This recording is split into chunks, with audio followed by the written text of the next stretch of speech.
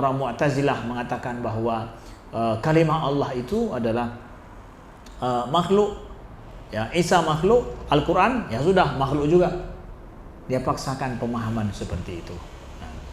Datang Imam Abu Hasan Al-Asy'ari dalam kitab kita baca ini nantinya membedakan antara kalamullah nafsi dan kalamullah al-lafzi.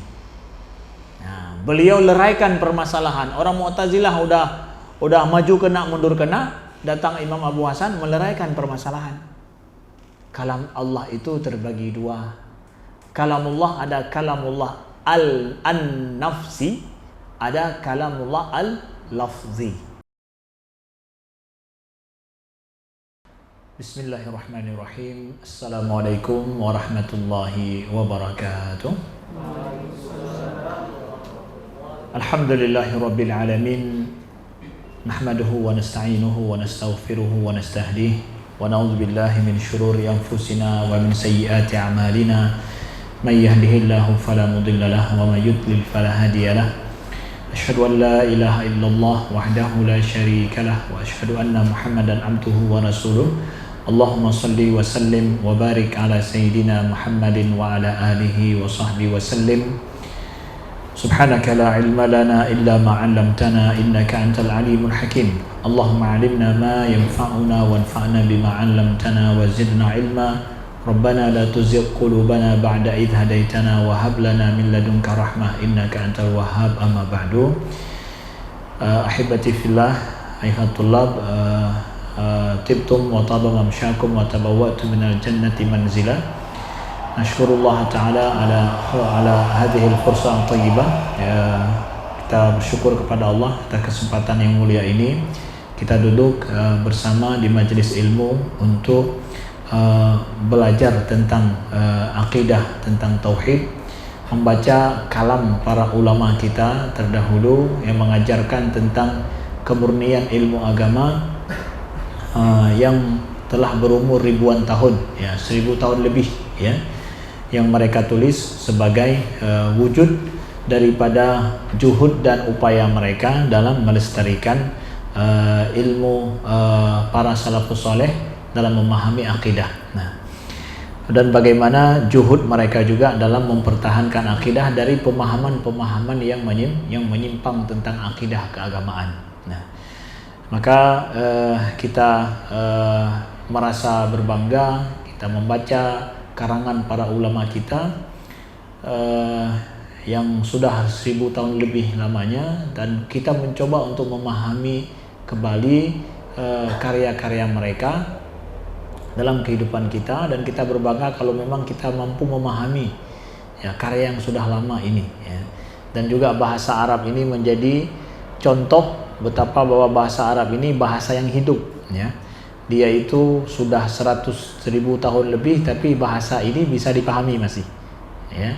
Pada saat banyak bahasa-bahasa asing lainnya itu sudah 1000 tahun lebih, sekarang dibaca sudah nggak mudah untuk dipahami lagi, ya.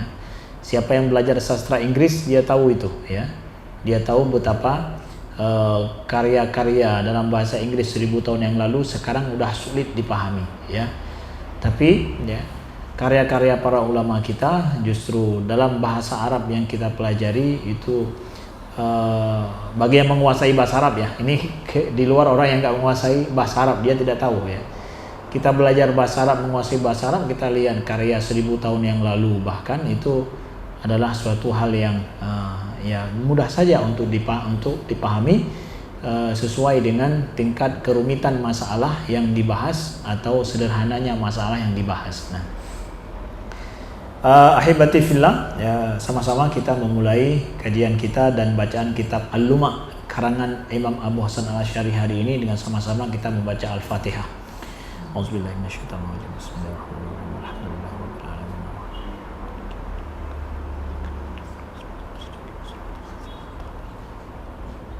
Amin ya rabbal alamin.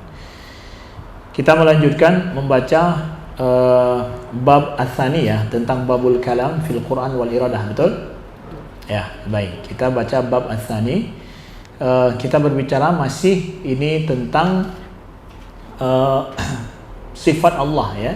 bicara tentang sifat Allah, sifat kalam dalam Al-Quran, dan juga tentang iradah. Jadi sifat kalam Allah dan iradah Allah. Nah, dalam pembahasan ini kita ulangi lagi bahwa Al-Musannif rahimahullahu taala, Imam Abu Hasan Al-Asy'ari, ya, ingin memaparkan kepada kita, ya, bagaimana beliau meluruskan akidah salafus soleh dan juga akidah ahlus sunnah dari penyimpangan-penyimpangan yang dibuat oleh kaum Mu'tazilah. Ini terkhusus masalah bab kalam, sifat kalamullah, ya. Sifat kalamullah, pemahaman tentang sifat kalamullah, dan munculnya fitnah besar dalam kehidupan pada abad kedua dulu tentang masalah bahwa kalam Allah itu makhluk. Ya, kita pernah dengar, ya, kalam Allah itu dikatakan makhluk.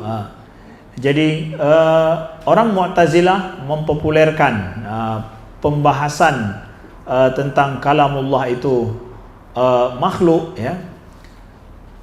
Itu terjadi fitnah yang besar sehingga para ulama banyak yang disiksa bukan tersiksa oleh politik, oleh kekuatan politik pada saat itu yang dipengaruhi oleh pendapat orang Mu'tazilah. Jadi ranah pembahasan akidah masuk menjadi ranah politik, kemudian masuk dalam kekuatan politik, sehingga itu dijadikan sebagai tameng untuk menyiksa dan juga untuk mengeksekusi banyak daripada para ulama yang sebenarnya itu adalah masalah ilmiah, masalah keilmuan. Silakan para ulama di situ berbantah, berbeda pendapat, tapi jangan sampai masuk masalah perpolitikan yang akhirnya mengeksekusi orang yang nggak sesuai. Ini menjadi salah. Ini politik pada masa itu yang menjadikan para ulama Imam Ahmad, Imam Syafi'i juga masuk mendapatkan fitnah itu. Ini yang tidak benarnya di situ, ya.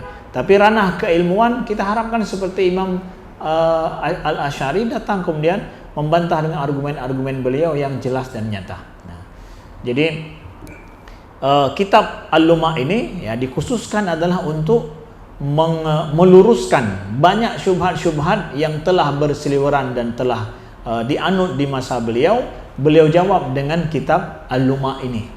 Nah, sehingga dengan kitab Al-Lumah ini dibuatlah banyak dasar-dasar pemikiran ilmu kalam untuk mempertahankan akidah Ahlus Sunnah wal Jamaah yang murni sampai kita hari ini. Nah, jadi kalau sekali lagi ada yang bilang bahwa Ustadz, pembahasan kitab Al-Lumah kok rumit, ya. Kitab ini ditulis oleh Imam Abu Hasan Al-Asy'ari adalah untuk menjawab banyak masalah yang menyimpang pada masanya dengan kaidah-kaidah berpikir yang mantiki, yang logis, ya, sesuai dengan maksud daripada ayat-ayat Allah dalam Al-Quran. Jadi jangan sampai ada yang bilang bahwa tuh lihat tuh kaidah orang Asy'ari sulit sekali pembahasannya. Gara-gara ditulis kitab inilah akhirnya terjaga akidah Ahlus Sunnah wal Jamaah yang sebenarnya sampai hari ini dengan diletakkannya dasar-dasar prinsip berpikir yang benar sesuai dengan maksud Al-Quran dan Sunnah Nabi SAW. Jelas, ya? Nah, baik, kita akan membaca, ya, pembahasan ini tentang al-kalam, ya. Qala al-musannifu rahimahullahu ta'ala wa nafa'ana Allahu bi'ulumihi fid dharaini in qala qailun lima qultum inna Allah ta'ala lam yazal mutakalliman wa inna kalam Allah ta'ala ghairu makhluq. Nah, kalau ada yang bertanya, ini qailun di sini artinya bertanya, ya. Kenapa kalian qultum? Kultum, kalian, bukan Abu Hasan sendiri, tapi kalian. Berarti bukan sendiri Abu Hasan, tapi ada para ulama-ulama lain, ya, pengikut beliau dan juga yang lainnya mengatakan bahwa sesungguhnya Allah itu lam yazal mutakalliman, ya, sejak azali itu mutakalliman. Jadi bukanlah Allah itu berfirman, berbicara hanya di suatu ketika atau saat turun ayat, tapi Allah mutakalliman lam yazal, secara qadim, dari sejak awal, yang gak berlaku awal sama Allah, ya, Sejak awal makhluk, sebelum ada makhluk, Allah itu kita katakan bersifat mutakallim. Wa inna kalamallahi, dan juga kenapa kalian mengatakan bahwa kalam Allah itu ghairu makhluk, tidak makhluk, bukan makhluk. Nah, ya kan? Ini justru datang pertanyaan untuk menyatakan kok kalian bilang begitu. Terus orang yang bertanya ini sebenarnya bilang apa? Berarti mereka, pemahaman mereka sebaliknya, bahwa Allah itu sejak azali bukan mutakallim, tapi Allah mutakallim saat diturunkan ayat, diturunkan surat, saat wahyu. Sebelum itu maksudnya, sebelum Allah berfirman, jadi bukan mutakallim. Ahlussunnah ingin mengatakan bahwa Allah itu mutakallim, baik turunnya wahyu atau tidak turun wahyu kepada kita, Allah itu kita sebut mutakallim.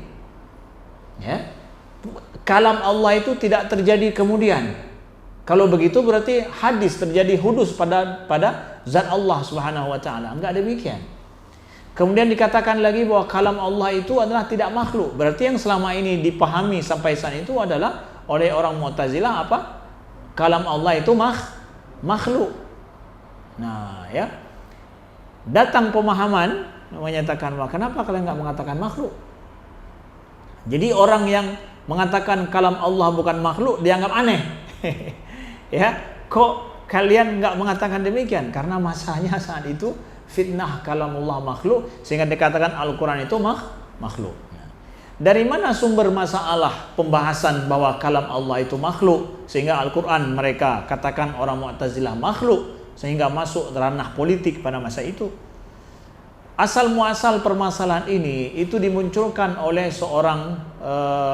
seorang pemikir Kristen, ya, di Nasrani masa itu, bernama Yohanna Dimashqi, ya. Yohanna Dimashqi dia mengambil ayat dalam Al-Quran dalam surat An-Nisa, yaitu firman Allah, innamal masihu Isa bin Maryam Rasulullah wa kalimatu alqaha ila Maryam wa ruhum min. Ya. Sesungguhnya kata Allah bahwa Masih Isa bin Maryam itu adalah Rasulullah dan kalimahnya yang di alqaha ila Maryam, yang disampaikan kepada Maryam, dan dia merupakan ruhum min, ya. Ruh dari Allah, ya. Jadi kalimatuhu, kalimah Allah. Jadi kalimah Allah berarti kalam, ya kan? Menurut Yohanna Dimashqi. Berarti kalau demikian kalimah Allah itu jadinya apa? Kalimah Allah itu kan qadim, ya. Jadi Isa itu qadim menurut Yohanna Dimashqi. Jadi kalian orang Islam dengan macam-macam. Al-Quran aja udah mengatakan bahwa Isa itu kalimah Allah kan qadim. Nah, jadi Isa ini pula qadim. Nah, orang Mu'tazilah membantah anggapan Yohanna Dimashqi ini, syubhat yang dia munculkan ini.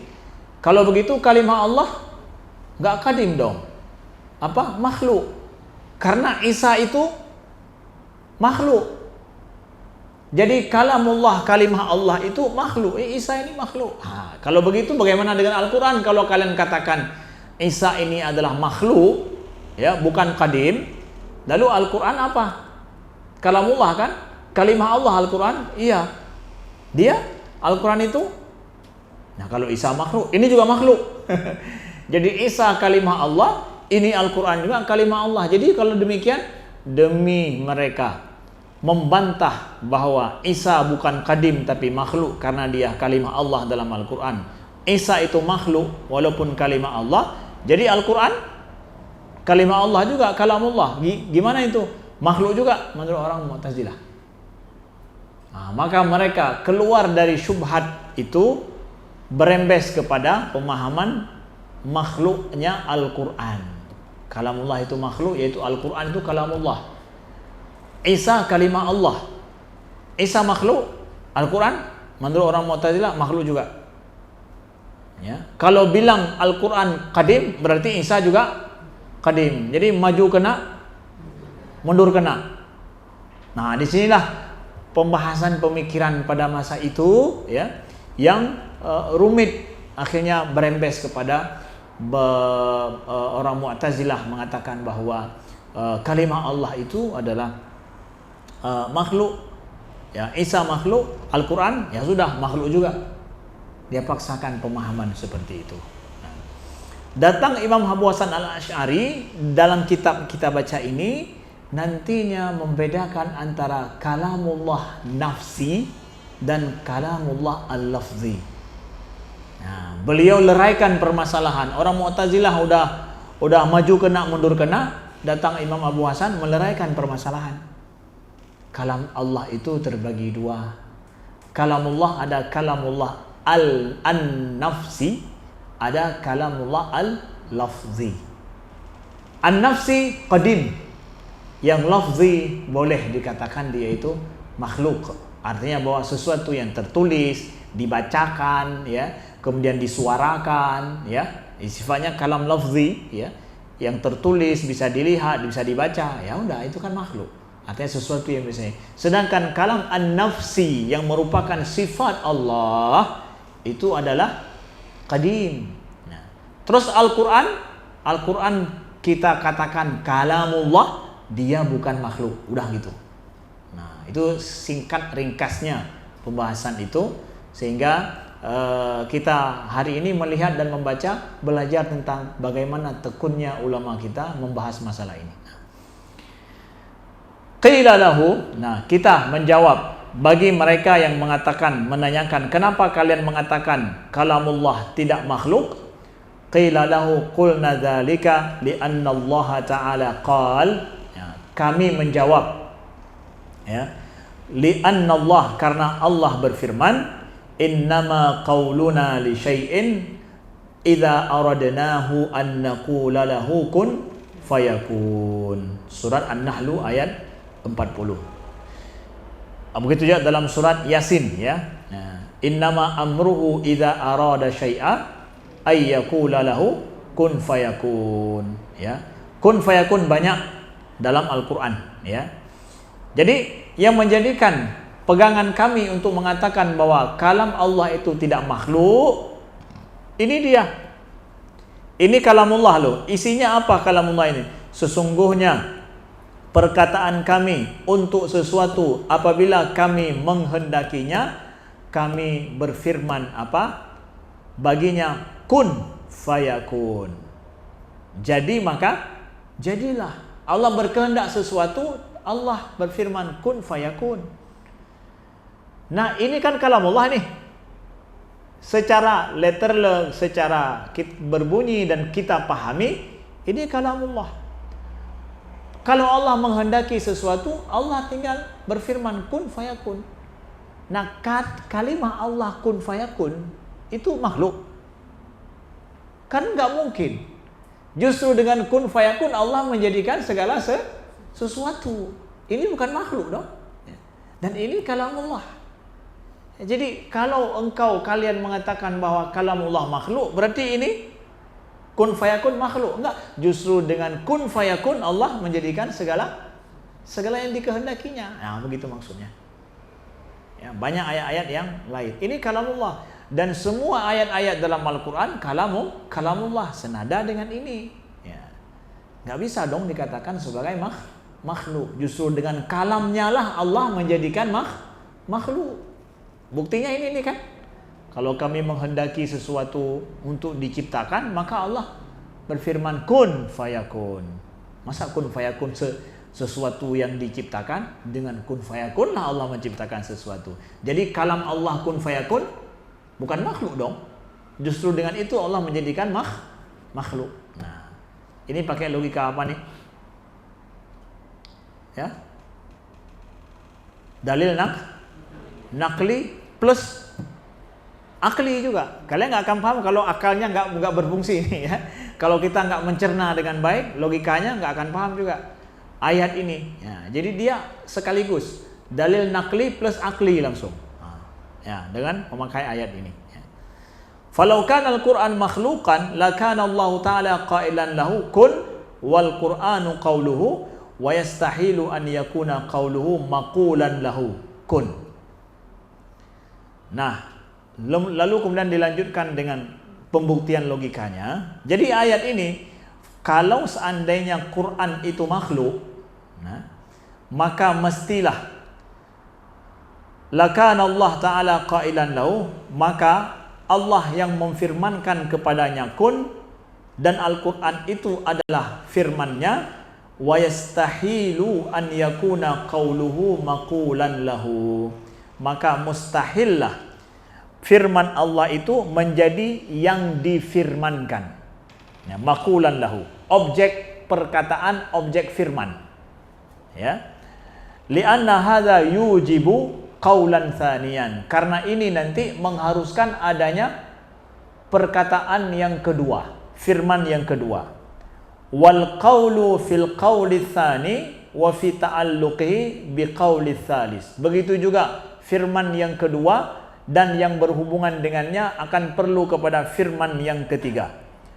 Wal qawlu fil qawlil awwal wa ta'alluqihi bi qawli tsani wa hadza yaqtadi ma la nihayata lahu minal aqwal, ya. Dan perkataan demi perkataan yang pertama itu dan hubungan dengannya dengan perkataan yang kedua, ini semua perlu kepada perkataan yang lain, sehingga ini terjadilah silsilah yang tanpa hentinya yang menjadikan ini mustahil. Wadzalika fasid, dan itu fasid secara logika, tidak bisa diterima atau tidak valid. Wa idza fasada dzalika fasada an yakunal Qur'an makhluk. Kalau seandainya rusak logika seperti itu, maka rusak pula orang yang menganggap bahwa Quran itu makhluk. Nah, gimana kita pahami? Allah menciptakan makhluk dengan kun fayakun. Ya, berarti ada kun adalah firman Allah, makhluk itu maqulan lahu, objek firman. Nah, jadi adanya makhluk karena Allah berfirman jadi maka jadilah. Ya. Kalau seandainya kun fayakun itu makhluk, maka perlu kepada kun fayakun yang lain supaya kun fayakun ini makhluk. Ya kan? Paham ya?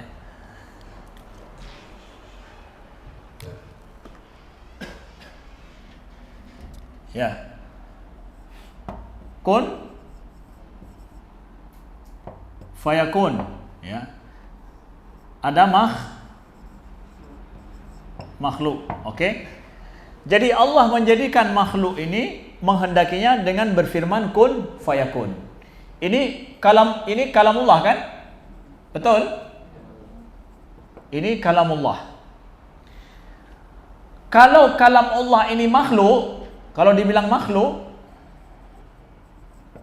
ya, maka untuk adanya ini perlu kepada kun fayakun yang lain kan? Kun fayakun yang lain. Nah, kalau dibilang lagi kun fayakun ini makhluk juga, maka perlu kepada kun fayakun yang lain kan? Akan terjadilah tasalsul terus. Maka supaya makhluk ini ada, ya kita nggak bilang ini lagi makhluk, ini kalamullah. Jadi Allah menciptakan makhluk dengan kalamnya kun fayakun. Kalau kalian bilang kun fayakun ini makhluk juga dan seluruh isi Al-Quran itu makhluk, maka perlu kepada kun fayakun yang bukan makhluk. Yang dengan itu firman Allah menciptakan makhluk. Terjadilah tasalsul mala nihayah. Secara logika, tasalsul yang tidak henti-hentinya sebelumnya, ini semua adalah fasid, nggak mungkin. Ya, seperti misalkan ada pohon tumbang di jalan, sehingga pohon yang tumbang itu perlu diangkat supaya jalan bisa lancar. Lalu ada orang kita cuma sendiri di situ ngangkat tidak sanggup. Lalu ajak kawan yang kedua, bilang yuk kita angkat. Oh enggak, kita tunggu yang lain lagi. Oke? Terus yang itu bilang, yuk kita angkat. Udah ada 3, enggak, kita tunggu yang lain lagi. Semuanya bilang tunggu. Kapan terangkat itu? Hah? Enggak akan terangkat kan? Tapi kalau seandainya itu sudah terangkat, berarti ada satu orang yang mengatakan bahwa ayo sekarang. Terserah berapa orang kan? Kalau terjadi tasalsul terus, tunggu, mungkin nggak kayu itu terangkat? Hah? Nggak kan? Mesti ada satu orang yang mengatakan, jangan lagi tunggu, apa juga, sekarang eksekusi terus. Baru terangkat. Begitulah maknanya. Tasalsul mala nihayah, terjadinya silsilah rentetan yang terus tidak henti-hentinya, itu mustahil akan terjadi sesuatu. Ya. Maka kalau seandainya sudah ada ciptaan Allah itu makhluk, mestilah sebelumnya kun fayakun, dan ini bukan makhluk. Kalau ini makhluk juga, maka kun fayakun yang lain yang bukan makhluk. Oh, kun fayakun makhluk, maka perlu kepada kun fayakun yang bukan makhluk. Nah, begitulah maknanya bahwa tasalsul mala nihayah, ya, silsilah rentetan daripada logika pemikiran yang tidak berujung, ya, sedari awal sampai tidak ada awalnya, itu mustahil secara logika. Nah, ya. Ya, gambarannya seperti tadi. Ya, maka kalau kita lihat bahwa ada pohon yang tumbang itu sudah terpindahkan, berarti ini ada yang mengeksekusi, tidak bilang lagi tunggu-tunggu. Ya, tidak ada terjadi tasalsul dong. Berarti sudah dieksekusi terus. Ya. Makanya tasalsul itu mustahil dikatakan. Tasalsul mala nihayah. Nah, begitu pemahamannya dalam apa yang sudah kita baca itu.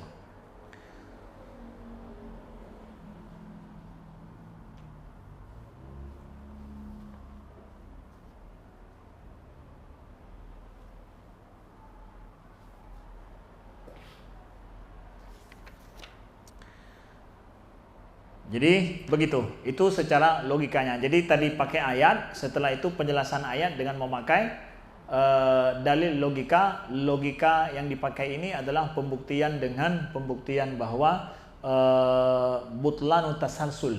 Ya, ini pendalilan logikanya dengan argumentasinya dengan butlanu tasalsul, bahwa tidak validnya berpikir secara prinsip tasalsul mala nihayah. Nah, kalau seandainya kun fayakun itu firman Allah dikatakan makhluk, akan terjadilah tasalsul mala nihayah, ya, dalam memahami kun fayakun yang Allah menghendaki menciptakan sesuatu dengan kun fayakun itu.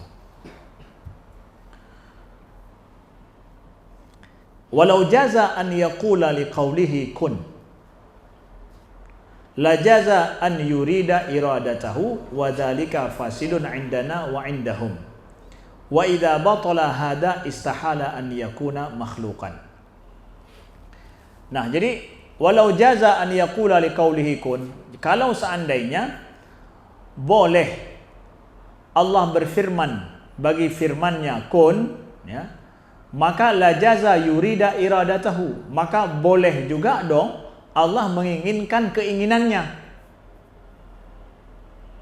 Ini memakai logika lain lagi, ya, bahwa kalau kalian bilang begitu, maka boleh juga dong begini. Ya, itu mau bilangnya begitu. Bahwa Imam Abu Hasan Al-Asy'ari mencoba untuk, ya, menjelaskan butlan, batilnya anggapan mereka dengan batilnya atau batalnya atau tidak validnya anggapan yang lain lagi, yang semisal dengan itu. Ya. Kalau kamu bisa begini, berarti begitu juga bisa dong. Tapi yang itu akan terjadi begini loh. Kalau begitu nggak boleh dong anggapan kamu begini. Ya. Kalau bahasa kita katakan bahwa kalau kamu bilang ke dia begitu, maka orang lain bisa juga bilang ke kamu begitu. Mau terima gitu? Enggak, berarti kamu nggak boleh bilang sama dia. Benar gitulah cara pembuktiannya itu Imam Abu Hasan Al-Asy'ari. Nah, jadi walau jaza an yaqula liqaulihi. Jadi kan kalau kun fayakun ini makhluk, maka perlu kepada qaul, firman selanjutnya. Untuk firman ini kan, kalau boleh untuk firman ini perlu firman yang lain, maka ada begitu juga, begitu Allah menghendaki sesuatu perlu kehendak lagi yang lain. Jadi kehendak perlu kehendak, firman perlu firman. Boleh begitu.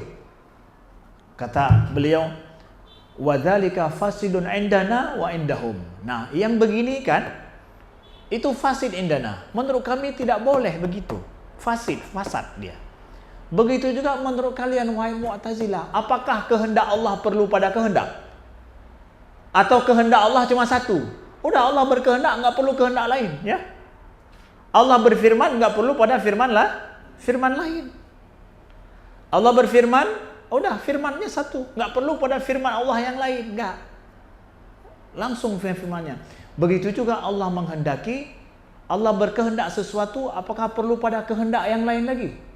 Kalau perlu pada kehendak yang lain lagi, maka akan perlu pada kehendak yang lain lagi. Terjadilah tasalsul secara kehendak juga kan? Sebagaimana kalam ini bisa tasalsul, kehendak juga bisa tasalsul. Itu fasid. Karena Allah mengatakan innama qauluhu idza arada syai'an, arada berarti iradah kan? Kun fayakun, maka jadilah. Kalau kalian mengatakan kun fayakun ini makhluk, maka perlu kepada firman Allah yang kun fayakun yang lain. Kalau ini iradah Allah, maka perlu pada iradah yang lain. Terus begitu disandingkan oleh Imam Abu Hasan Al-Asy'ari seperti itu. Dan itu kan fasid. Menurut kami dan menurut kalian, menurut mereka juga orang Mu'tazilah. Nah, beliau benturkan pemahaman mereka di sini dengan pemahaman mereka yang lain sehingga ya, beliau buat persamaan sehingga nampak tidak jelas atau batalnya pemahaman mereka dari kedua sisi. Ya. Wa idza batala hadza istahala an yakuna makhluqan. Nah, kalau kedua logika ini, persamaan ini batal, maka batallah yang mengatakan bahwa kalam Allah makhluk atau firman Allah makhluk. Nah, ya. Paling kurang kalian sudah tahu dulu di mana kalian tidak tahu. Ya, Ustaz, apaan itu Ustaz? Saya tidak tahu di mana yang tidak tahu, di itunya. Ah, udah bagus itu. Berarti al-ilmun bima yajhal, ilmun juga itu, ya. Al-ilmu bima la ya'lam fahuwa ilm. Ya. Fa in qala qailun. Nanti dibilang sama orang, apa juga belajar kalau tidak tahu, ya. Ya. Daripada orang yang enggak belajar enggak tahu kalau dia tidak tahu. Itu jahil apa? Jahil murakab, ya. Kalau kita bukan jahil murakab tapi jahilnya itu merangkap, ya. Enggak merangkap lagi kita, tapi sudah merayap, ya. Fa in qala qailun, kalau ada yang bertanya, ma angkartum an yakuna makna qauli ta'ala an naqula lahu kun fayakun ay nukawwinuhu fayakunu min ghairi an yaqula lahu fil haqiqah syai'a. Nah, ini tambah lagi masalahnya lagi ini. Dia bilang buat permisalan pemikiran lain. Inilah pemikiran kalau tidak ada batasnya dan tidak ada prinsip, dia akan melahirkan liarnya pemahaman terhadap agama. Contoh kalian lihat nih. Apa itu? Kenapa kalian mengingkari wahai ahlus sunnah? Terhadap kan boleh saja firman Allah kun fayakun itu bermakna nukawwinuhu fayakun. Kami menjadikannya. Jadi bentuknya fayakun. Jadi bentuknya adalah fi'il dia, perbuatan. Nukawwinuhu takwin. Jadi kami menciptakan. Jadi kun fayakun bukan firman, tapi adalah cipta. Kami menjadikan bentuk dipahami sebagai bentuk sifat fi'il. Sebagaimana ada dalam pemahaman Maturidiyah. Maturidiyah ada sifat takwin, ya. Ini yang menjadikan perbedaan Maturidiyah dengan Asy'ariyah yang kalian pernah belajar baca mungkin pada pemahaman kun fayakun sebagai sifat takwin. Menurut Maturidiyah ini bagian daripada sifat takwin, sifat zat. Tapi dalam pemahaman Al-Asy'ariyah ini adalah masuk pada sifat fi'il. Takwin itu sifat fi'il, ya. Sifat jaiz pada Allah. Nah, ini orang Mu'tazilah mau mengatakan, kun fayakun itu kenapa enggak dipahami aja bukan firman tapi nukawwinuhu takwinan, ya. Kami nukawwinuhu, kami menjadikannya bentuk fi'il, maka jadilah dia. Min ghairi an yaqul, tanpa difirmankan, ya. Secara hakikat bukan firman, bukan difirmankan, tetapi diciptakan tanpa difirmankan. Kalau tadi Sesungguhnya kami kalau menghendaki sesuatu, kami memfirmankan kun fayakun kan? Kan gitu kan? Berarti kun fayakun itu firman ya, bukan takwin, bukan fi'il dia. Tapi ini diajak untuk kalau gitu coba kita pahami sebagai bentuk fi'il bukan firman. Bentuk tindakan bukan firman. Nah, ini kan diseret-seret ke arah lain kan? Kalau kita nggak punya prinsip ya, maka kita hai je cit panjat demah. Perak je bayang-bayang galak, fikir je bayang-bayang mohon. Ya, jadilah kita ya. Qila lahu, dijawab oleh Imam Abu Hasan Al-Asy'ari, qal innama qauluna li syai'in idza aradnahu an naqula lahu kun fayakun falau jaza li qailin an yaqul lam yakunillahu ta'ala qailan li syai'in fil haqiqah kun wa innamal ma'na an yukawwinuhu fayakun la jaza li sa'imin an yaz'ama anna Allah ta'ala la yuridu syai'an fil haqiqah wa innama ma'nahu aradnahu fa'alnahu min ghairi an takuna iradatun fil haqiqah wa ala wajhin minal wujuh. Paham kalian? Enggak kan? Bilanglah enggak. Paham enggak? Enggak. Belum kita jelaskan mana paham ya. Dijelaskan dulu baru paham. Nah, ini pakai logika yang tadi juga. Kalau ini kalian katakan demikian, maka boleh juga yang begini dong. Nah, kalau ini tidak boleh, yang itu juga tidak boleh. Itu logikanya ya. Kalau seandainya kalian memahami ya, falau jaza liqailin ya, langsung ke halaman 141 itu. Falau jaza liqailin an yaqul, kalau boleh bagi seseorang untuk mengatakan bahwa Allah tidaklah berfirman sesuatu secara hakikat ketika berfirman kun ya, karena ini yang diinginkan dari syubhat tadi kan. Jadi kun itu bukan firman, bukan perkataan, tetapi apa? Tindakan. Kita pahami dengan makna tindakan, bukan firman. Nah, kalau boleh demikian, kata Imam Abu Hasan, wa innamal ma'na an yukawwinu fayakun, yaitu dengan makna bahwa fayukawwinuhu fayakun, Allah menjadikan dengan tindakan ya, la jaza, maka boleh dong juga li za'imin, untuk seseorang yang membuat sebuah sangkaan, an yaz'am, dengan dia menyangka annallaha ta'ala la yuridu syai'an fil haqiqah, bahwa Allah tidak menghendaki sesuatu secara hakikat. Tetapi ketika Allah berkata aradnahu, ketika Allah mengatakan atau berfirman aradnahu, maknanya adalah fa'alnahu, kami melakukannya. Boleh enggak Allah mengatakan aradnahu, kita maknakan fa'alnahu? Boleh. Allah menghendaki, kita katakan Allah melakukan. Boleh gitu ya. Boleh enggak kita maknakan aradnahu dengan fa'alnahu? Boleh? Enggak boleh dong. Kalau begitu kun, Allah qauluhu kun, katakan itu firmannya kun, bukan firmannya melakukan. Jangan kalian ubah-ubah firman Allah dengan makna yang lain. Kalau ini kalian seret maknanya, di tempat lain bisa kalian seret juga dong. Kalau itu bisa nggak kalian seret maknanya aradnahu menjadi fa'alnahu? Nggak bisa. Masa Allah berkehendak kalian katakan Allah melakukan? Hilang hakikat firman Allah kan? Jadi sesat orang memahami firman Allah kan? Nah, kalau ini nggak boleh, yang itu juga nggak boleh. Gitulah terus logikanya. Kalian dapat logikanya cara beliau jawab. Nah, min ghairi an takuna iradah fil haqiqah. Dengan demikian berarti bukan iradah secara hakikat, tapi asalnya fa'alnahu, kami melakukan. Bukan iradah dengan tindakan kan beda, ya kan? Jelas beda sekali. Ala wajib minal wujuh, sama sekali. Ala wajib minal wujuh, sama sekali. Artinya bahwa kalau kalian mengatakan bahwa aradnahu fa'alnahu, berarti bukanlah firman Allah aradnahu bermakna Allah menghendaki secara hakikat, walau berbagaimanapun bentuknya, walau bagaimanapun pemahamannya, biwajib minal wujuh. Nah, ini kan jelas-jelas batal, sesat. Nah, di sinilah kita dapatkan bahwa penyimpangan pemahaman Al-Quran itu kalau hanya dikembalikan kepada logika-logikaan semata tanpa ada prinsip menjaga firman Allah dengan sebenarnya secara logika dan juga secara ke tata kebahasaan, maka akan lahirnya kelompok-kelompok yang memaknakan firman Allah sesuka hati mereka. Kalau nggak ada yang jaga pemahaman agama demikian, maka hari ini pemahaman Al-Quran sampai ke kita, wallahu alam kayak mana jadinya. Sesat kita semua. Kenapa? Ya kelompok ini bilang begitu maknanya, kelompok itu bilang begitu.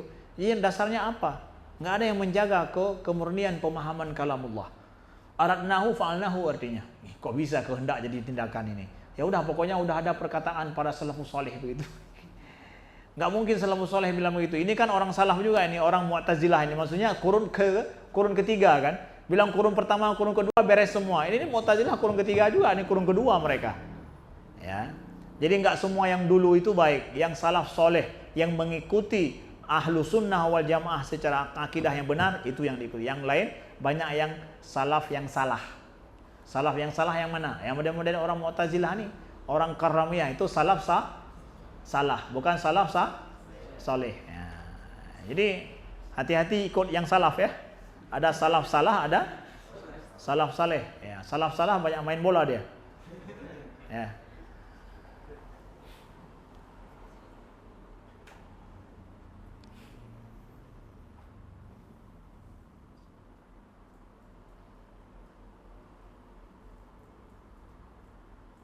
Nah, baik.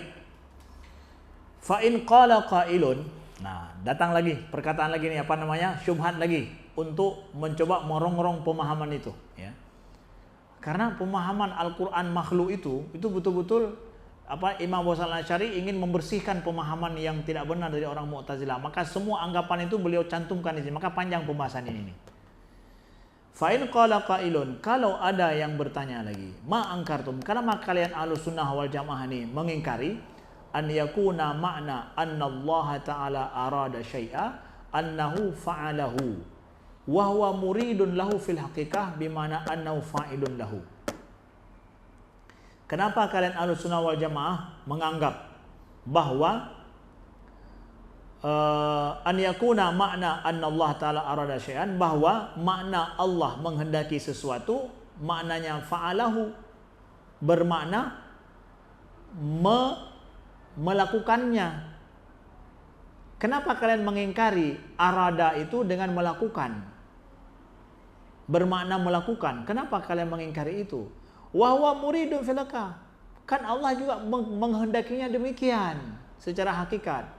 Bimana annahu fa'ilun lahu, dengan makna dia pelaku terhadap itu. Boleh nggak? Nah, ini cara lain lagi cara masuknya.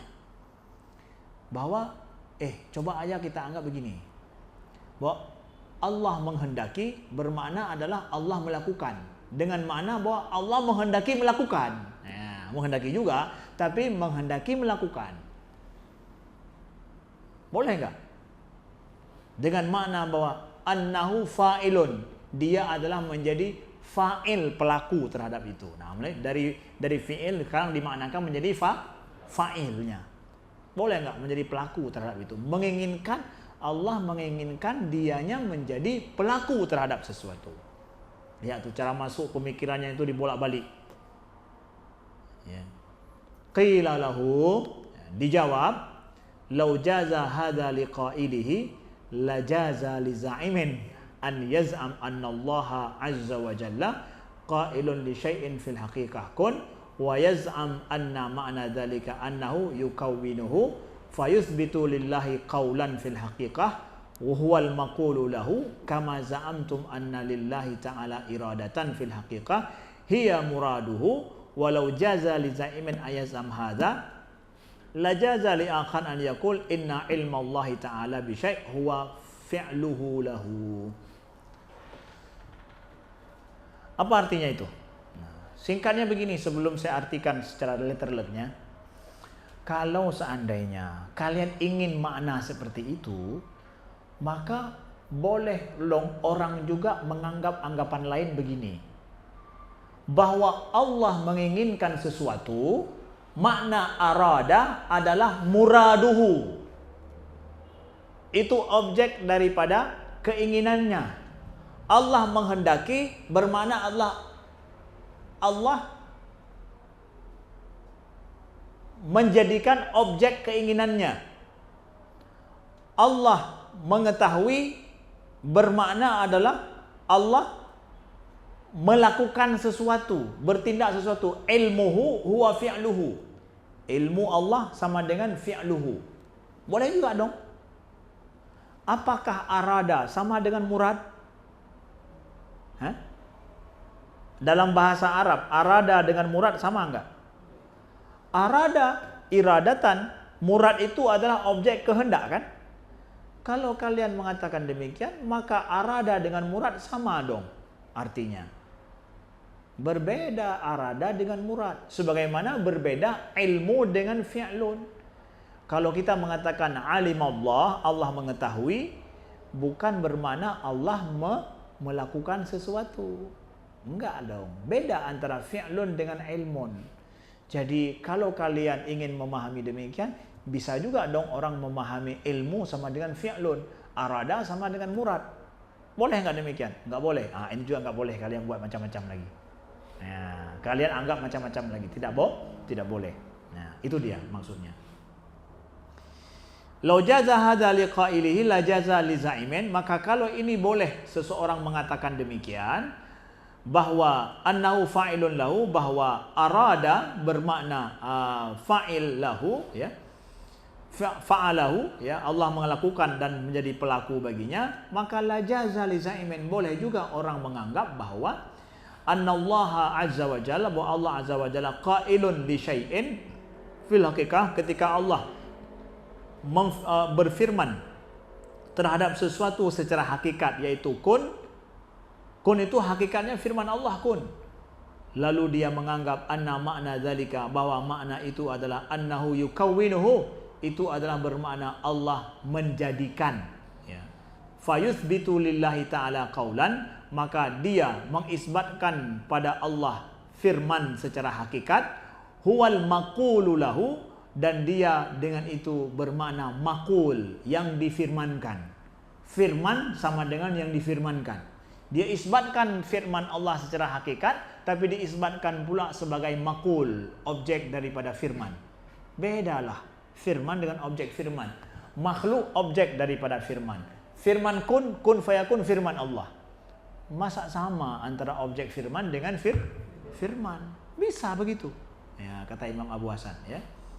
Kama za'amtum annallaha ta'ala, sebagaimana juga kalian menganggap bahwa anna lillah, bahwa Allah memiliki iradah secara hakikat, hiya muraduhu. Iradah Allah secara hakikat maknanya adalah muraduhu, yang dikehendaki. Kehendak dengan yang dikehendaki berbeda. Kan nggak bisa juga begitu.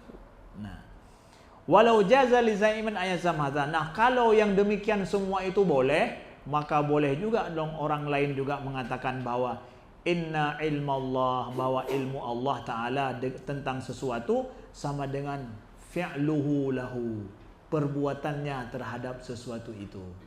Boleh anggapan seperti itu. Kan? Lihat tuh, logis sekali kan? Cara diperjelas kepada kita. Jadi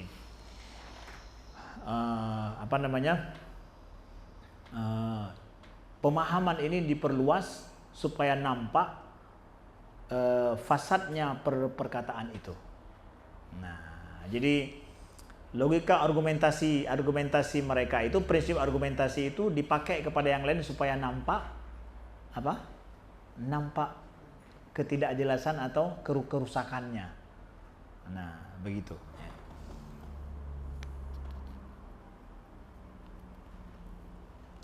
Fa'in qala qailun. Nah, bilang lagi, kalau ada yang mengatakan,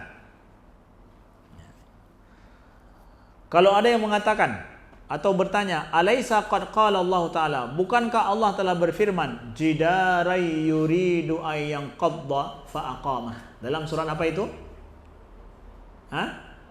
Surah Al-Kahfi, ya.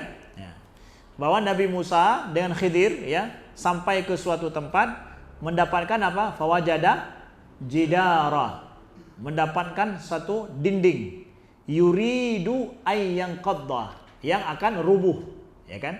Fa'aqamahu, maka diperbaiki, ya kan? Dalam surat Al-Kahfi itu, ya. Kata orang Mu'tazilah ini lagi begini. Bukankah Allah sudah mengatakan bahwa jidara yuridu ayang qadda wala iradatal jidar fil haqiqah. Nah, Allah mengatakan jidar itu, tembok itu, dinding itu yurid ayang qadda. Tembok itu yurid. Ya. Siapa yang yurid di sini? Tembok. Allah sudah bilang itu tembok bisa yurid dia, ya. Nah, ya. Wala iradata lil jidar fil haqiqah. Nah, kan jidar itu, tembok itu kan secara hakikat nggak punya iradah, tapi Allah mengatakan itu. Nah, wa innama qal yuridu, tapi Allah kan mengatakan yuridu. Ya. Tawassu'an wal makna annahu yanqadda. Ya. Maka innama qala, sesungguhnya Allah mengatakan yurid tawassu'an. Nah, Allah mengatakan tembok itu ingin runtuh, dinding itu ingin runtuh, itu adalah tawassu' fil kalam, adalah bentuk perluasan makna dalam sebuah kalimat. Wal makna annahu yanqadha, pada dasarnya maknanya adalah rubuh, akan rubuh gitu. Tapi yuridu di situ iradah bagi tembok sebagai tawassu'an, perluasan makna dengan bermakna dia akan rubuh. Qila lahu, dijawab, oke, benar. Yang begitu boleh. Jadi mereka, orang Mu'tazilah memperjelas, yang penjelasan mereka bisa diterima, dikatakan oke, itu memang tawassu'an memang. Ada yang pemakaian makna yang tawassu'. Karena tembok nggak berkehendak, yang berkehendak yang hidup kan. Yang nggak hidup nggak punya kehendak, tapi kok dibilang berkehendak? Nah, itu tawassu'an fil kalam. Boleh saja dalam uslub bahasa Arab. Ya, memberikan makna hidup pada sesuatu yang mati. Boleh saja. Nah, fa in qal fama ankartum an yakuna ma'na an naqula lahu kun fayakun nuqawinu fayakun. Nah, kalau itu boleh, nah kan sudah diokekan tadi itu. Oke, kalau begitu. Terus lalu kenapa kalian mengingkari bahwa makna an-naqula lahu kun fayakun, bahwa firman Allah kun fayakun bermakna nukawinu takwinan, kayak bahasa Allah, ya. Balik lagi ke semula mereka. Nah, itu juga tawassu' lah istilahnya. Itu bentuk tawassu' juga, kita pahami bentuk fi'il dari sebuah firman. Tawassu'an juga bentuk tawassu', boleh dong. Ya, menyangka lagi yang kaum langgi hilom ya. Ya, kaum langgi hilom tata lom ya. Ya. Al farqu baina dzalika. Nah, beda antara keduanya, enggak bisa disamakan. Apa kata Imam Abu Hasan? Annal jamad yastahilu ma'a jamadiyatihi an yakuna muridan. Bahwa yang jamad, benda mati itu mustahil dengan kebendaan dia itu menjadi murid, menjadi yang berkehendak, itu mustahil. Wal bari, sedangkan al bari ta'ala fil haqiqah la yastahilu alai an yurid, sedangkan Allah mustahil, Allah tidak mustahil bagi Allah untuk berkehendak. Jangan kamu samakan. Kalau dibuat makna iradah yuridu pada benda mati tadi, tembok, sebagai bentuk tawassu', boleh kita tawassu' pada makna yurid pada tembok, karena memang tembok itu mustahil berkehendak. Tapi kalau kamu ingin mentawassu' makna suatu kalimat pada Allah, nggak boleh. Kenapa? Karena Allah itu nggak mustahil berkehendak. Jangan main-main kamu, ya, gitu.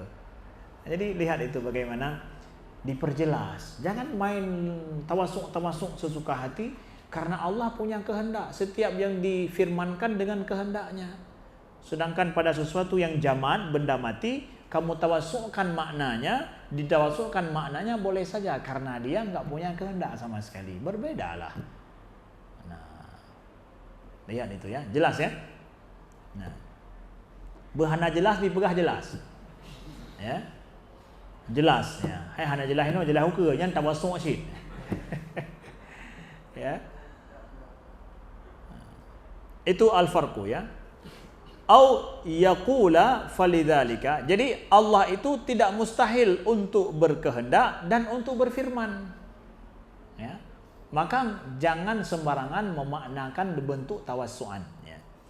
Falidzalika lam yakun qauluhu an naqula lahu kun fayakun bima'na qawinu, maka tidak bolehlah dimaknakan an naqula lahu kun fayakun, bahwa kun firman Allah kun fayakun dengan makna adalah kami menjadikannya. Nah, nggak boleh menjadikannya. Nah, ini nanti menjadi perdebatan juga dengan Maturidiyah tentang masalah sifat takwin. Ya. Nah.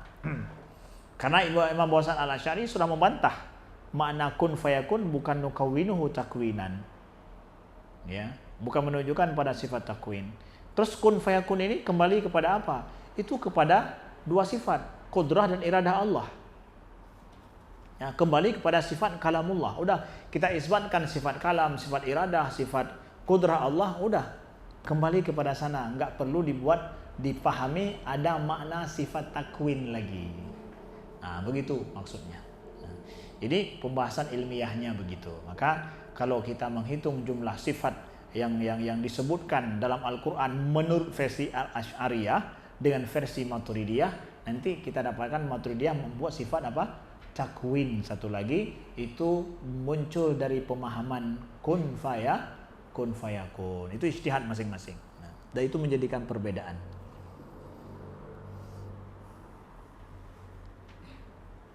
Lanjut. Udah pusing kalian? Udah cukup pusingnya belum? Belum cukup ya? Nah, kita tambah lagi biar pusing lagi. Kalau pusing-pusing, orang Malaysia maksudnya apa? Bermain-main. Ya. Orang Malaysia bilang nak pusing-pusing ya. Jadi kalian jangan takut pusing ya. Senanglah pusing-pusing. Ya. Ini kawan-kawan Malaysia kalau dengar nanti ya tahulah. Kita ni suka pusing-pusing juga ya. Wa aidan falau kana qawluhu an naqula lahu laisa ma'nahu itsbata qawlin lahu wa innama ma'nahu an nukawwinahu kama anna qawlahu jidaran yuridu ayyan qadda ma'nahu ayyan qadda la jaza li za'imin an yaz'am anna ma'na qawlahu anna ma'na qawlihi aradnahu fa'alnahu wa huwa fil haqiqah la yuridu fi'lahu kama anna qawlahu jidaran yuridu yang qadha mana annahu yanqad annahu yanqaddu wa hadha aula fil haqiqatil qiyas wa idza lam yajuz hadha lam yajuz ma qultumuh. Nah, ini kita harus selesaikan ini dulu ya, karena dia semakna ya.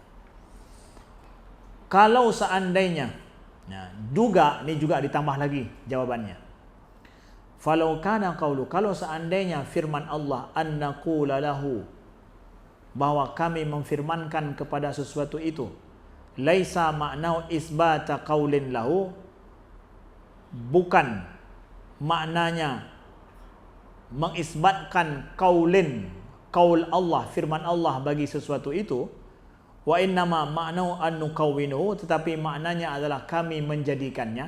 Nah, jadi apa dikatakan? Imam Abu Hasan ingin mengatakan bahwa innama qauluhu an naqula lahu kun fayakun. Jadi qaul di dalam firman Allah itu bermakna firman Allah itu mengisbatkan adanya firman ya. Adanya firman. Kalau kalian tidak mengisbatkan demikian tetapi memaknakannya dengan nukawwinuhu ya, kama anna, sebagaimana makna jidaran yuridu ayang qadda, makna yang qadda, bahwa jidar, tembok yang ingin runtuh, bermakna runtuh sebagaimana kata kalian tadi, la jaza, maka boleh juga orang menganggap bahwa makna aradnahu fa'alnahu, makna kami menghendaki sama dengan kami melakukannya. Wa huwa fil haqiqah la yuridu fi'luhu, padahal pada hakikatnya tidak menginginkan untuk melakukannya. Kama anna qawlu jidara yuridu ayang qadha ma'nahu, sebagaimana makna daripada tembok yang akan runtuh itu bermakna ay yang qadda wa hadza aula fil qiyas. Maka ini lebih jelas maknanya dalam persamaan. Qiyas di sini bermakna persamaan. Ya. Maknanya persamaan. Jadi Imam Abu Hasan Asy'ari menjelaskan persamaan-persamaan itu untuk menunjukkan batalnya pemahaman awal, sehingga munculnya persamaan-persamaan lain yang salah. Kok bisa muncul pemahaman lain yang salah? Karena salahnya pemahaman awal. Enggak diakuinya firman Allah kun fayakun sebagai firman, tapi dimaknakan sebagai perbuatan. Muncullah persamaan-persamaan yang lain. Itu yang salah. Wa idza lam yajuz hadza, kalau persamaan ini semua tidak boleh secara logika, wa hadza lam yajuz ma qultumu lam yajuz ma qultum, maka tak boleh pula apa yang kalian sangkakan atau katakan itu. Nah, semakin jelas diulang lagi, ya. Wa yuqalu lahum, kemudian dikatakan kepada mereka lagi, idza kana ma'na anna Allah Ta'ala arada fi'la syai' annahu fa'alahu. Kita katakan lagi, kita jawab lagi kepada mereka. Kalau seandainya makna bahwa sesungguhnya Allah menginginkan makna arada fi'la syai', kalau makna bahwa sesungguhnya Allah menginginkan melakukan sesuatu dikatakan dengan melakukan sesuatu, ini kan? Diulang lagi pemahaman mereka tadi.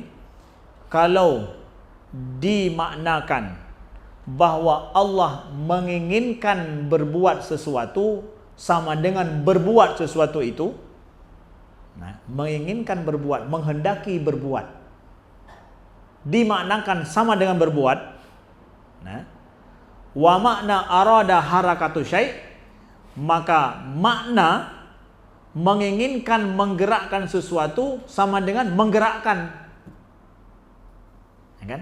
Jadi beliau buat persamaan lain juga, bahwa kalau kalian mengatakan Allah menghendaki sesuatu bermakna melakukan sesuatu, berarti Allah menginginkan menggerakkan sesuatu sama dengan menggerakkan.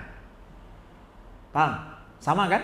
Nah, fama angkartum an yakunal jaman fil haqiqah muridan li harakati nafsihi bimana annahu mutaharrikun. Nah, maka kalian bisa ingkari tidak bahwa jamat, benda mati secara hakikat, dikatakan muridan, dikatakan dia murid tadi dalam ayat tadi, li harakati nafsi, karena ada gerakan pada dirinya dengan makna mutaharrik, bahwa dia itu bergerak. Bisa kalian ingkari nggak itu? Allah tadi kan mengatakan bahwa dalam Al-Quran bahwa setelah letterleg artinya tembok menginginkan roboh, yuridu yang qaddah. Nah, tembok yang roboh itu bergerak nggak? Gara-gara ada gerak roboh itu berarti tembok itu punya keinginan, gara-gara gerak. Boleh nggak?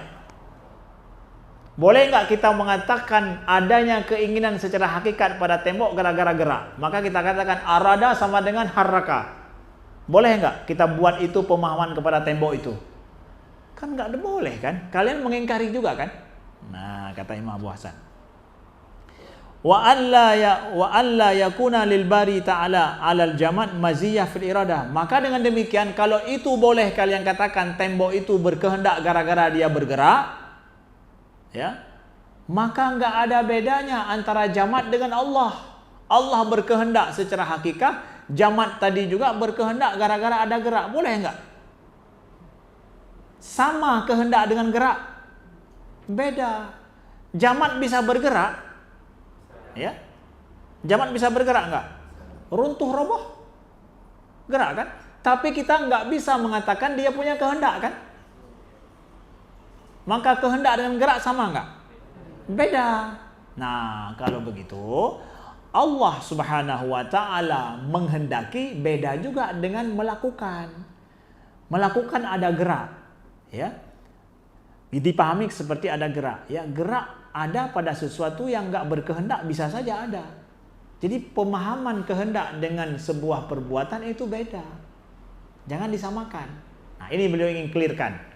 Jadi kehendak bermakna jauh beda dengan fi'lun. Jadi nggak boleh loh Allah menghendaki dimaknakan Allah melakukan. Nggak boleh. Hanya gara-gara ada gerak. Nah, nggak bisa kalian samakan antara iradah pada tembok dengan iradah pada Allah. Iradah pada tembok ya gara-gara ada gerak lah. Tapi sama sekali nggak secara hakikat dia nggak punya kehendak. Allah secara hakikat punya kehendak. Kalau kalian hubungkan kehendak dengan jamat, maka apa beda kehendak Allah dan kehendak jamat? Nah, mentok sendiri mereka di situ. Nah, jadi jangan demikian. Ya. Wa an la yakuna maziyatun ala man waqa'a fi'luhu wa huwa ghairu muridun lahu. Maka tidak akan ada beda pula antara orang yang menjadi objek sebuah perbuatan, ya, man waqa'a fi'luhu, yang terjadi pekerjaannya, wa huwa ghairu murid, padahal dia tidak menginginkannya, ya. Ada di sana orang melakukan sesuatu tapi dia enggak berkehendak. Kan gitu? Ada orang yang melakukan sesuatu tapi dia berkehendak. Beda enggak itu? Beda kan? Manusia saja melakukan sesuatu dengan tanpa kehendak, hukumnya beda dengan melakukan sesuatu dengan kehendak. Jadi membunuh keadaannya. Syibhu amdin dengan amdin beda, ya kan? Atau ghairu amdin, ya. Ada membunuh tanpa sengaja dengan membunuh dengan berencana. Itu gimana hukumnya? Beda. Kehendak nggak ada kehendak beda, karena kehendak itu punya makna khusus. Nggak boleh kalian buat makna macam-macam. Ya, begitu. Jadi nggak boleh aradnahu, kami menginginkan. Idza arada syai'an an yaqula lahu, Allah menghendaki sesuatu dia berfirman. Jadi iradah dengan firman, iradah dengan kalam itu betul-betul dua sifat Allah, nggak boleh kalian maknakan dengan makna yang lain. Iradah bermakna fi'il, nggak boleh. Ya, nggak boleh. Nah, betul-betul Imam Syar'i ingin menyatakan bahwa Allah menginginkan demikian, jangan maknakan yang lain. Dengan seret ke makna yang lain. Nah. Li'annahu qad hasala lahu makna fa'il kama hasala lil bari ta'ala makna fa'il. Karena orang yang berkehendak, karena yang berkehendak untuk melakukan sesuatu dengan kehendak, berarti itu telah dikatakan fa'il, pelaku, ya kan? Pelaku itu sama dengan fa'il, itu adalah yang melakukan perbuatan dengan kehendak, ya kan? Fa'il. Bagi Allah fa'il, melakukan sesuatu dengan kehendaknya. Kama hasala lil bari makna fa'il. Sebagaimana berlaku itu pada al-bari ta'ala, pada Allah makna fa'il itu. Kita pusing lagi? Pusing lagi, ya. Pusing lagi, jalan terus, ya, berwisata lagi kita, ya. Fa'in qal, ya, kalau mereka menanyakan lagi, fama makna qaulu ta'ala qalata ataina ta'iin. Nah, buat lagi. Lalu apa makna firman Allah? Ketika Allah berfirman kepada bumi dan langit, ya. Untuk taat kepada Allah, maka bumi dan langit menjawab apa? Qalata ataina.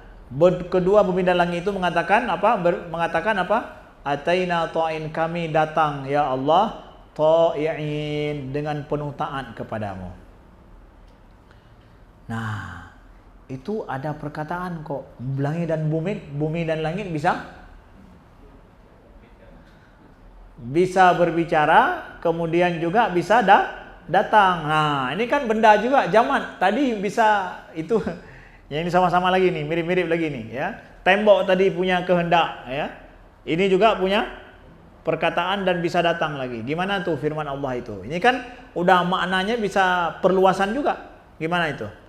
Qila lahu makna dzalika, dijawab bahwa makna tersebut adalah annahuma qalata fil haqiqah, bahwa keduanya bumi dan langit itu qalata, memang mengatakannya secara hakikat, bukan tawassu'an. Dia yang bisa berbicara. Ini kan jamat. Nah, gimana itu? Nah, wa mimma yadulu minal qiyas ala anna Allah Ta'ala lam yazal mutakalliman. Oh enggak, ini sudah selesai berarti. Ya, bahwa memang kalian jangan macam-macam, bahwa bumi dan langit memang bisa ngomong. Boleh. Ketika Allah mengatakan, memfirmankan kepada kita bahwa bumi dan langit itu mengatakan bahwa kami datang kepadamu ya Allah dengan apa? Dengan taat. Nah, memang perkataan itu betul-betul perkataan secara hakikat, bukan tawasuan seperti iradah pada tembok. Oh, jadi boleh dia berkata-kata, boleh. Karena ada firman Allah yang lain juga, kulit itu nanti kulit manusia nanti hari kiamat dia akan apa? Akan bersyahadat kan? Kok bisa ngomong antakanallahu allazi antaka kulla syai', kata kulit. Hai, lima syahidtum alaina. Kenapa kamu kulit ini bersaksi untuk kami? Ya.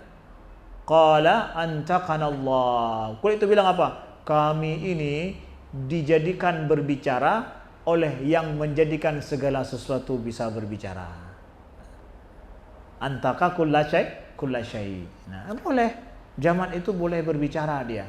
Tapi nggak bisa kita katakan dia berkehendak. Yang kehendak itu hanya yang hidup. Allah bisa menjadikan dia berbicara. Pada masa Nabi Muhammad juga banyak yang berbicara. Bahkan kambing yang sudah diguling-guling mati dia siap dimakan bisa apa? Berbicara. Ya. Kan begitu? Nah, berbicara pada Nabi, ya Rasulullah, aku ini sudah diracun ya Rasulullah. Ngomong dia. Boleh.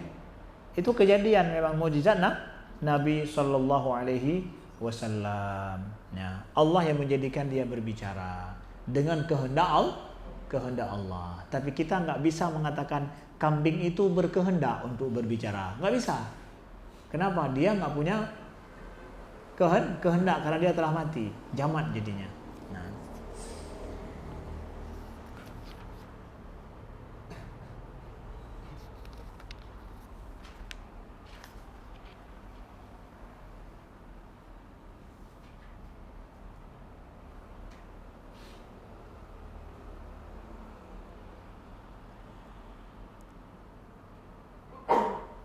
Nah, kemudian masuk dalil akli akhar ala qidam kalamullah. Nah, tadi kan itu pemahaman tentang makna kalam Allah, bahwa adanya kalamullah secara hakikat. Kalau Allah menginginkan sesuatu, Allah berfirman kun fayakun, dan kalam Allah itu bukan makhluk, karena objek kalam dengan kalam berbeda. Maka kalamullah nggak boleh dikatakan makhluk, karena objek kalam dengan kalam berbeda. Nah, sebagaimana berbeda arada dengan murad, ya, kehendak dengan muradnya itu berbeda. Nah, itu semua bentuk syubhat telah dijawab oleh Imam Abu Hasan Al-Asy'ari.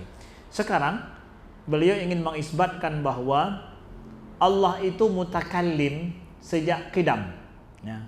Sejak azali, sejak qidam itu Allah mutakallim. Kita katakan Allah mutakallim, punya sifat kalam sejak qidam. Mimma yadullu minal qiyas ala anna Allah Ta'ala lam yazal mutakalliman annahu law kana lam yazal ghaira mutakallimin wa huwa mimman la yastahilu alaihi al-kalam lakana musufan bididdin minal adadil kalam minas sukut wal afah. Walau kana lam yazal musufan bididdin wal kalam lakana diddu kalami qadiman, walau kana diddul kalami qadiman lastahala an yu'dama wa an yatakallama al-bari li'anna al-qadim la yajuzu adamuhu kama la yajuzu huduthuhu fakana yajib an la yakuna al-bari ta'ala qailan wala amiran wala nahyan ala wajhin minal wujuh wa hadha fasidun indana wa indahum wa idza fasada hadha sahha wa thabata annal bari lam yazal mutakalliman qailan. Paham kalian? Belum. Nah, jujur kalian, ya. Ini logikanya sederhana, saya bahasakan dalam bahasa kita. Imam Abu Hasan Al-Asy'ari ingin mengatakan bahwa Allah itu mutakalliman sejak azali, sejak qidam. Ya. Allah itu berfirman sejak qidam. Kalau seandainya enggak demikian, ya, maka sebelum Allah berfirman, maka sebelum Allah bersifat dengan sifat kalam, maka Allah bersifat dengan diddul kalam. Sifat apa? Sifat lawan dari sifat kalam. Apa itu? As-sukut wal afat. Dan sifat-sifat yang celak, yang apa namanya, yang cacat kan. Allah enggak berbicara, enggak berfirman sejak azali, sejak qidam. Berarti kalau begitu sejak qidam dan azali Allah itu apa? Lawan daripada kalam, sukut. Kalau seandainya sifat lawan kalam yang pertama sejak azali, maka yang qadim itu adalah sifat lawan sifat kalam. Apa itu? Sifat sukut. Berarti sukut itu jadi qadim. Kalau qadim berarti enggak akan berubah. Gitu. Kalau qadim enggak, yang sukut itu enggak berubah, dia yang jadi qadim, maka Allah mustahil mutakallim. Maka Allah enggak akan kalam dong. Maka Allah enggak berfirman, Allah enggak menyuruh kita dan enggak melarang kita. Begitu ya? Paham? Dan ini batal kan? Menurut kami dan juga menurut orang Mu'tazilah atau yang lain juga. Karena Allah itu jelas mutakallim, Allah menyuruh kita, Allah melarang kita, dan Allah berfirman kepada nabi-nabinya. Maka firman Allah ini, kalam ini, mestilah dia qadim. Tidak ada sukut sama sekali pada Allah. Ya, maka Allah mutakallim walaupun Allah tidak ada wahyu yang sampai kepada Allah, kita katakan mutakallim fil azal, sejak qidam.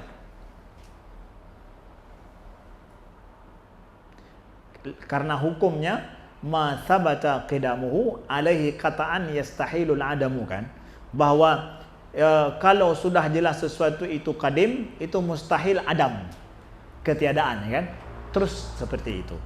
Nah, begitu logika mengatakan pembuktian Imam Musa al-Asy'ari bahwa Allah itu mutakallim sejak qidam. Ya, sejak qidam, tidak ada sukut pada Allah. Kalau tidak Allah mutakallim sejak qidam, maka sukut lebih duluan. Kalau duluan sukut, ya berarti yang qidamnya sukut. Kalau sukutnya qidam, maka tidak akan terjadi perubahan pada Allah. Tidak akan, karena itu yang qadim, sifat sukut yang qadim, maka enggak akan ada lahir firman-Nya. Enggak akan ada lahir perintah dan larangan Allah. Dan itu mustahil. Buktinya ada perintah dan larangan Allah. Maka mestilah sifat kalam itu sifat qadim. Nah, jelas? Jelas ya? Nah.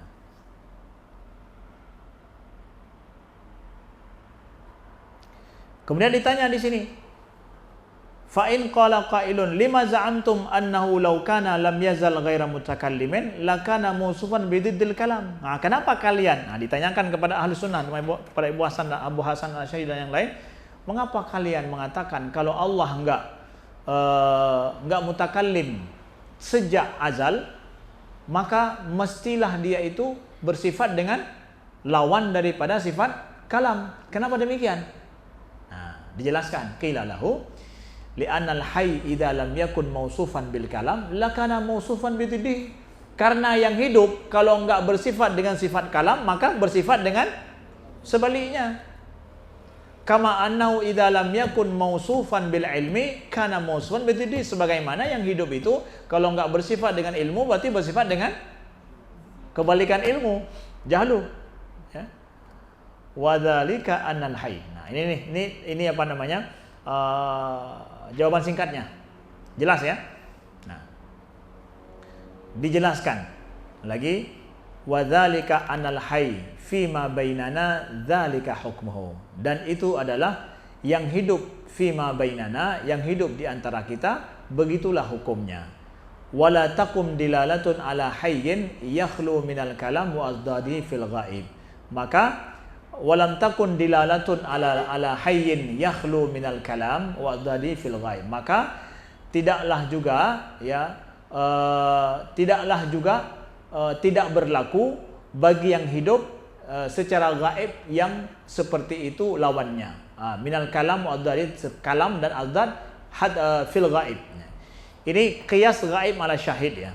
Istilah qiyasnya apa? Kalau di antara kita pahami seperti itu, maka yang gaib yaitu pada pemahaman di luar daripada makhluk juga bisa jadi seperti itu. Ini bentuk qiyas gaib ala syahid. Maka di sini disampaikan bahwa Imam Abu Hasan Al-Asy'ari beliau memakai mabda gaib ini juga dalam membahas tentang sifat Allah. Ya. Kalau ini berlaku di antara kita, pada hayy di antara kita, ini berlaku juga pada yang gaib. Ya, ini qiyas gaib ala qiyas syahid ala gaib. Nah, begitu. Kama lam takum dilalah ala hayyin yakhlu minal ilmi wal dhari. Sebagaimana juga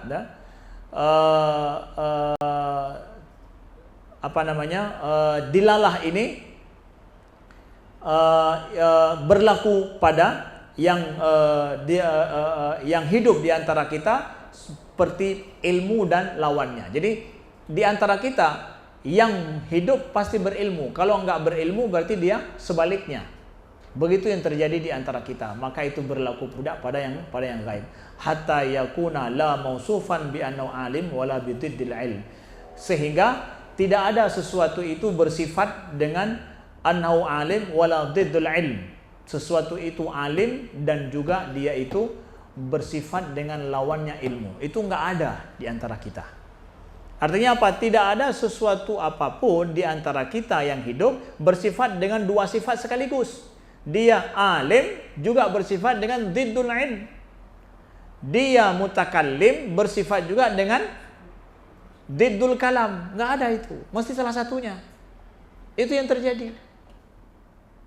Jadi itu yang terjadi pada hayy di antara kita, begitu juga yang hayy, Allahul hayyul ladzi la yamut. Kalau kalian mengatakan Allah tidak, kalau kita mengatakan Allah tidak bersifat dengan kalam, ya berarti bersifat dengan diddunnya.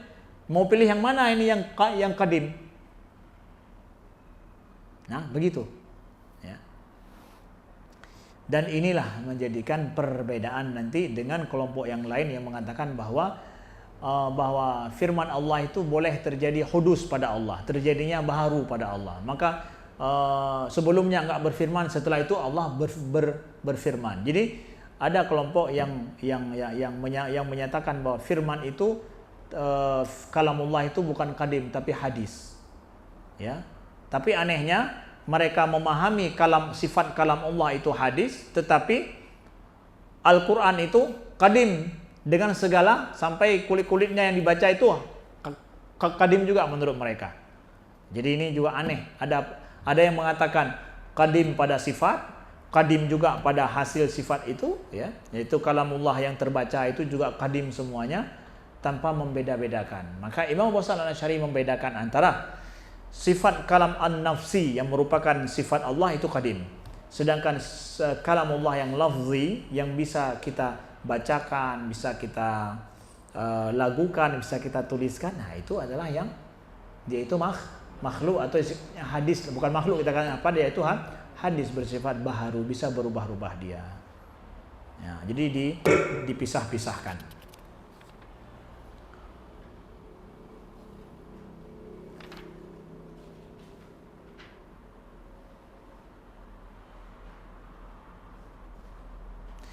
Terakhir, falau jaza ahadul amraini wa huwa hayyun ghairu mutakallim wala mausufun bididdil kalam.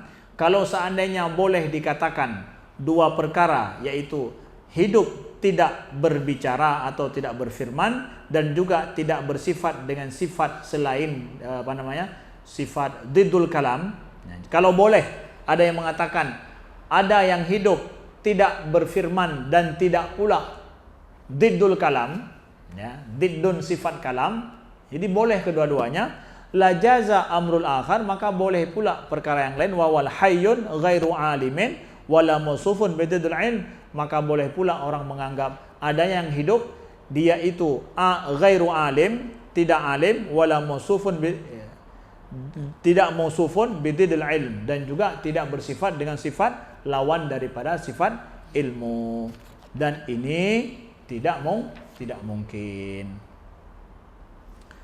Begitu. Jadi diperjelas oleh Imam Abu Hasan secara logika, mesti memilih salah satu. Allah hidup, dia mutakallim, maka bersifat dengan diddul kalam. Allahu hidup, yang hidup Allahu alim, maka Allah tidak bersifat dengan diddul ilm. Jadi pilih salah satu. Yang kedua-duanya berlaku sifatnya adalah qidam pada sifat Allah. Maka semua sifat Allah yang ma'ani itu berlaku pada zat Allah, itu dikatakan semuanya sifat qadimun azaliyun menurut Ahlussunnah wal Jamaah.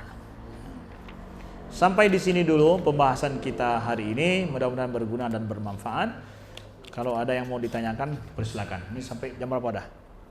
Oh, udah jam 1 ya? Ya.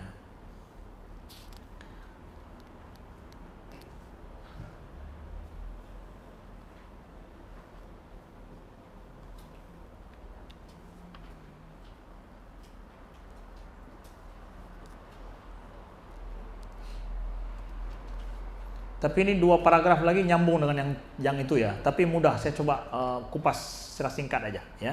Sampai kita berhenti di wa hadza huwa dalil. 2 paragraf lagi saya baca. Wa aidan fa innahu yastahilu fi ma bainana alimun yusafu bididdil ilm.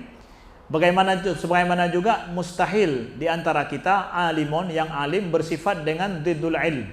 Bersifat dengan lawan sifat ilmu. Ma ilmihi, dengan ilmunya. Wa mutakallimun, dan juga ada mutakallim bersifat dengan sifat diddul kalam, padahal dia dengan kalamnya bersifat diddul kalam, itu mustahil. Falamma ijtama'a fil ihalah, ketika kedua-duanya itu mustahil, wajaba an yakuna man jawwaza mutakalliman fil ghaib, maka mestilah yang memperbolehkan mutakalliman fil ghaib yusafu bididdil kalam ma'a kalamihi, kaman jawaza aliman fil ghaib yusafu bididdil ilmi ma ilmihi. Nah, maka kalau itu semua mustahil, maka mestilah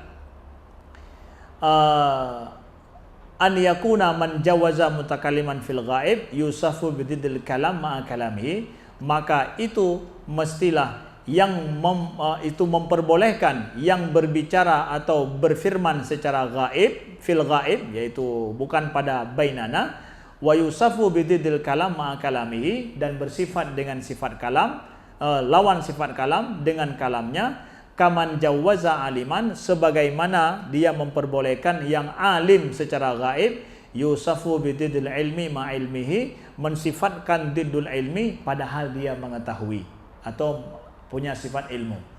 Ini beliau jelaskan lagi tentang enggak mungkin. Sebagaimana enggak mungkin terjadi fima bainana, seseorang yang dia itu mengetahui disifatkan dengan sifat ilmu padahal dia tahu. Ya, disifatkan dengan sifat diddul ilmu padahal dia tahu. Mustahil di antara kita. Begitu juga secara gaib, ya, pada Allah istilahnya kita mengatakan Allah itu bersifat dengan sifat ilmu, maka enggak mungkin juga disifatkan dengan diddul ilmu padahal Allah Maha mengetahui. Nah, lawan daripada sifat ilmu. Ini diperjelaskan lebih lanjut. Wa kadzalika yajibu aidan lamma istahala fi ma bainana hayyun ghairu alimin. Maka begitu juga mustahil di antara kita hayyun ghairu alim wala mausufun bididdil ilm, bahwa mustahil juga di antara kita yang hayyun disebutkan dia itu tidak berilmu dan juga tidak bersifat dengan lawan sifat ilmu. Wajib an yastahil fima bainana, begitu juga mesti juga mustahil di antara kita yang hidup tidak mutakallim dan tidak bersifat juga dengan diddul kalam. Wa wajaba, maka mesti juga mustahil zalika, yang demikian itu pada gaib, yaitu apa? Wajaba an yakuna man jawaza ahadul amraini fil gaib kaman jawazal amral akhar. Siapa saja yang mengharuskan, yang memperbolehkan salah satu daripada 2 hal fil ghaib, sebagaimana memperbolehkannya pada perkara yang lain. Nah, jadi kalau secara di antara kita berlaku itu boleh, yang gaib juga boleh. kalau di antara kita berlaku mustahil, pada yang gaib juga mustahil. Nah, jadi sekali lagi nampak di sini Imam Abu Hasan Al-Asy'ari memakai qiyas al-syahid alal gaib itu dalam membahas tentang apa? Tentang sifat Allah, khususnya untuk menyatakan qidamnya, membuktikan qidamnya sifat Allah Subhanahu wa taala dalam masalah sifat kalam dan juga sifat iradah Allah. Nah, terus gimana Ustadz? Prinsip pembahasan prinsip qiyas ghaib ala syahid, syahid ala ghaib. Gimana? Itu lain lagi pembahasannya. Ya, lain lagi pembahasan, silakan dibaca bagaimana qiyas itu, perkembangan qiyas itu di antara para ulama kalam. Nah, itu lain lagi topiknya, pembahasannya. Tapi kalian dapat satu poin di sini. Imam Abu Hasan ada pakai qiyas itu ya, tapi dalam masalah ini. Dapat poinnya kalian, ya. Kita dapat poinnya di situ, ya. Taib, wallahu alam wa nisbatul ilmi ilahi aslam. Wa sallallahu ala sayyidina Muhammadin walhamdulillahi rabbil alamin. Terima kasih atas segala perhatian. Mudah-mudahan Allah ajarkan kita apa-apa yang kita tidak paham, dan Allah bukakan selalu pintu ilmu kepada kita, dan Allah kekalkan istiqomah kita dalam menuntut ilmu. Amin ya rabbal alamin. Wassalamualaikum warahmatullahi wabarakatuh.